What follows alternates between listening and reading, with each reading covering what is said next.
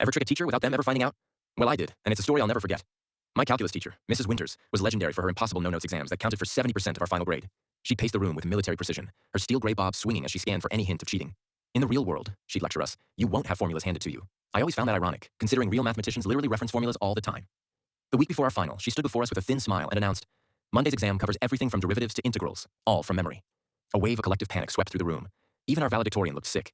These weren't simple equations either. We had to recall dozens of complex formulas with specific constraints and applications. That weekend, while most of the class made flashcards, I had a different idea. Mrs. Winters had one predictable habit. On every exam day, she wore the same black blazer. Creates a serious atmosphere, she once explained. That gave me inspiration. Sunday night, I dug through my closet and pulled out an old white Fruit of the Loom t-shirt. Using fabric markers, I carefully wrote the trickiest calculus formulas. Chain rule, integration by parts, hyperbolic functions, all on the inside of the shirt, but in reverse so they'd appear correctly in a mirror. Monday morning, I arrived early, wearing my formula shirt under a light hoodie.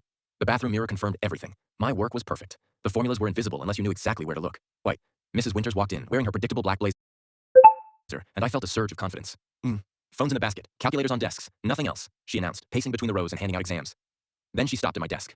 And Mr. Parker, she said sharply, remove that hoodie. You know the dress code. Perfect. I pulled off my hoodie, revealing a plain white t-shirt. Nothing suspicious, I said casually. 20 minutes into the test, I hit a problem that needed a Taylor series expansion. I pretended to stretch, casually walked to the pencil sharpener near the windows, and as I turned, the morning sunlight reflected off a glass cabinet beside me. A faint but readable mirror image of my shirt appeared. I memorized the formula I needed and walked back to my desk. Lights. For the next hour, I strategically used bathroom breaks and sharpening tricks to catch glimpses of my mirrored formulas and trophy cases, the glass face of the classroom clock, even a dark computer screen. Each time, I memorized just enough to get through the next few problems. Near the end of class, Mrs. Winters suddenly appeared beside me. Visiting the pencil sharpener quite frequently today, aren't we? She asked, eyes narrowed behind her rectangular glasses. My heart froze. Just nervous habits, I replied, forcing a smile. These integrals make me tense. She stared at me for a moment, then picked up my half-finished exam, studying it with an uncomfortable level of precision. Your solutions are remarkably thorough today. Thank you, I managed to say. Empty your pockets, she demanded. The class went completely silent. I stood and turned out my empty pockets. Your wrists, she continued, checking for any notes. Nothing. She circled me like a shark, searching for anything suspicious, but she found nothing.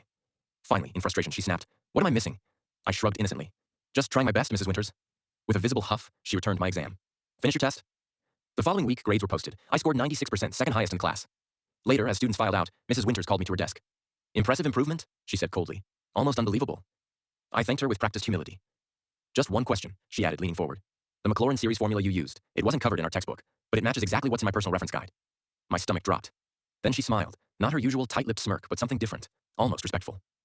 Whatever you did, she said quietly, it was creative enough that I couldn't catch it, and frankly, that kind of ingenuity deserves recognition. She tapped my exam. Besides, in the real world, knowing where to find information is more valuable than memorizing it. As I turned to leave, she called after me.